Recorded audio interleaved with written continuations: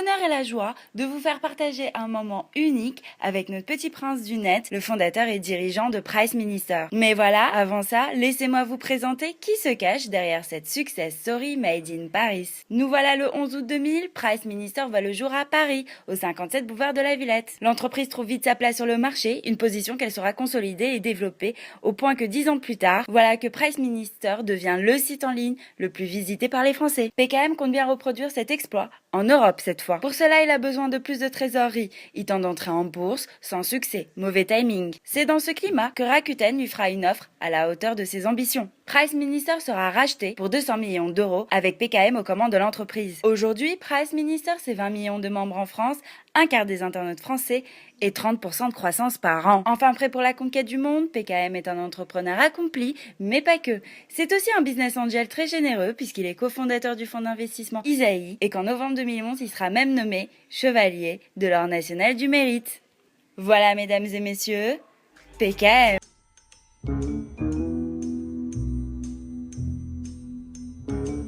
C'est l'interview. On a remarqué que depuis quelques années, tu nous faisais quand même un petit striptease. La preuve en image.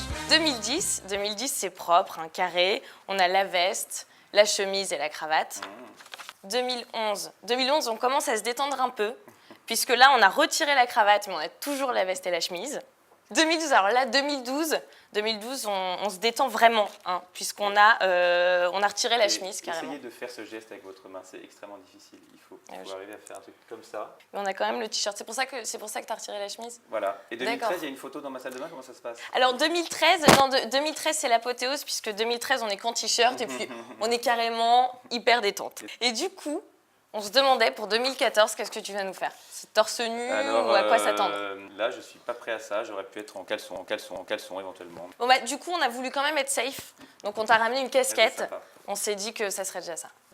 C'est bien comme ça? Un peu Eminem. Tu t'es lancé en premier quand tu étais très jeune, puisque c'était en parallèle de tes études à HEC. Oui, j'avais à peu près ton âge, hein, puisque j'avais 21 ans.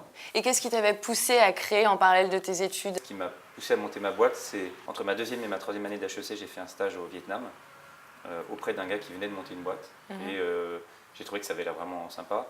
Et en dernière année, j'ai fait HEC Entrepreneur, on côtoie plein de chefs d'entreprise, enfin de créateurs d'entreprise. Je me suis dit qu'ils avaient l'air heureux, qu'ils avaient l'air d'aimer leur job, ça m'a parlé. Et donc j'ai eu envie de monter une boîte à ce moment-là. Et puis ça n'a pas fonctionné, donc j'ai fermé la boîte que j'ai créée à peu près un an et demi après. Comment tu vis l'échec? Alors l'échec, on le vit forcément pas bien, parce qu'on préfère quand ça marche. J'ai la chance d'avoir une grande confiance en moi, donc j'ai réussi à me convaincre que c'était pas que ma faute. En même temps, j'ai quand même analysé en détail le truc pour voir là où je m'étais trompé. Je me suis dit, voilà, si j'avais pas commis ces erreurs-là, ça aurait peut-être marché, donc ça n'a pas entamé mon envie d'entreprendre. T'es rentré en France alors que t'étais aux États-Unis, la terre qui est censée être vraiment la terre entrepreneuriale de légende. Mais toi, tu rentres en France où les gens disent entreprendre en France, c'est pas facile. Alors je suis rentré en France pour une raison simple, c'est que les États-Unis avaient 2-3 ans d'avance sur la France sur l'internet. En gros, l'idée que j'ai eue, elle existait aux États-Unis et pas encore en France. Donc je suis rentré pour ça. Après, je pense quand même qu'on sent mieux le marché dans le pays dans lequel on a grandi, parce que culturellement, on est plus proche des gens. Donc pour moi, c'était assez naturel. Je trouve qu'en Europe, ça manque un peu d'énergie entrepreneuriale. Et en même temps, en disant ça, c'est un peu faux aussi, parce que j'ai cofondé le fonds Isaïe, le fonds des entrepreneurs de l'internet. On a reçu 1600 dossiers en 2013. Donc c'est à peu près 5 par jour. Donc il y a quand même plein d'entrepreneurs en France, il n'y en a jamais eu autant en fait. À l'époque, j'avais plutôt l'envie, après avoir vu les États-Unis, de rentrer en France. C'est l'entrepreneur qui fait la création d'entreprise, c'est pas le pays dans lequel il est, quoi. Et entreprendre en France, c'est largement faisable. Oui, heureusement, j'ai investi dans une cinquantaine de sociétés en France. Heureusement, elles marchent très bien en général. Et en France, on a moins d'entrepreneurs qu'ailleurs, donc on a moins de concurrence. Langue de bois. Langue de poids, justement. Je te montre des petites pancartes et tu me dis en un mot ou en une phrase ce que ça te fait ressentir. J'ai juste une chose à dire sur l'expression pacte de responsabilité. Moi, j'essaie d'être responsable. Malheureusement, j'ai l'impression que le monde ne l'est pas forcément. Donc, j'attends pas forcément des autres qu'ils le soient. Donc, je trouve que baser une politique sur la responsabilité des gens, c'est un idéal sympathique, mais qui n'est pas forcément facile à mettre en musique.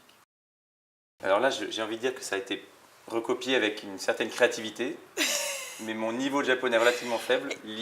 Voilà les missions qui déchirent. Socrate disait « Rien n'est trop difficile pour la jeunesse ». Toi, quels seraient les 3 conseils que tu donnerais aux jeunes aujourd'hui? Bien, d'en profiter, ça ne dure pas.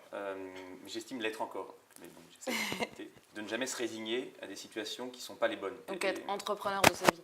Donc pour moi, c'est ça, c'est profiter, c'est pas accepter les situations désagréables, puis garder l'optimisme. Un adjectif pour toi pour qualifier entrepreneur? Peut-être optimiste, je pense que il y a de ça. En fait, il en faudrait plein d'autres des adjectifs, mais c'est peut-être le principal, ouais. Ouais, parce que C'est le fait de croire qu'on peut changer les choses. Jingle bell, jingle bell, jingle bell rock. ce petit cadeau. Like it, because I like it. Donc c'est un petit foulard de poche. Sympa, avec des oranges, pour le côté optimiste. Tout à Pour fait. l'énergie. Merci beaucoup. Bah, merci à toi Pierre. Merci. Voilà.